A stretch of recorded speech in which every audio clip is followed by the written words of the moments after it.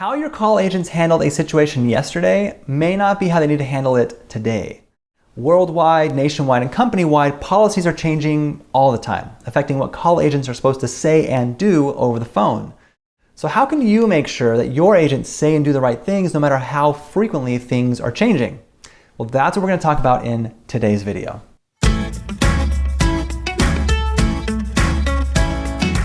Hey, my name is Jonathan and I'm the customer advocate for ScreenSteps. And today I'm going to show you an example of how you can effectively communicate a change to a policy or a procedure to your call agents. Now, right now, many teams are using chat apps, web conferencing apps, or emails to share updates. But one of the problems with using messaging apps is that when changes are regularly occurring, like right now, it's easy for agents to miss the most recent updates. And they may give inaccurate information because the last thing they remember reading was an outdated email.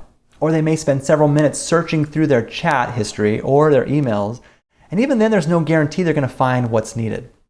So instead of using a messaging app to communicate a change, I'm going to show you how to use interactive conversation flows. In this example call, the caller let the agent know he wanted to schedule a doctor's appointment. So the agent pulled up the interactive conversation flow and followed the prompts. And is this appointment for you? Yeah, this is for me. All right, what would you like to see the doctor about? Well, overall, I'm just feeling like I've got aches, I've got a fever, I'm just kind of not feeling good, just kind of blah. Oh no, I'm sorry to hear that. Well, I'll do what I can to help you out. So as you may know, we're actually limiting our doctor visits to those who are at high risk for COVID-19. So I just need to go through a couple of questions so that we can offer everybody the best solution for right now. So may I ask how old you are? I am 67 years old. Okay, and have you recently come into contact with somebody who's tested positive for COVID-19? No, not that I'm aware of.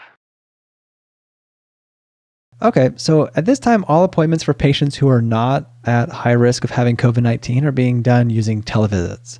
Have you ever done a televisit before? No, I haven't.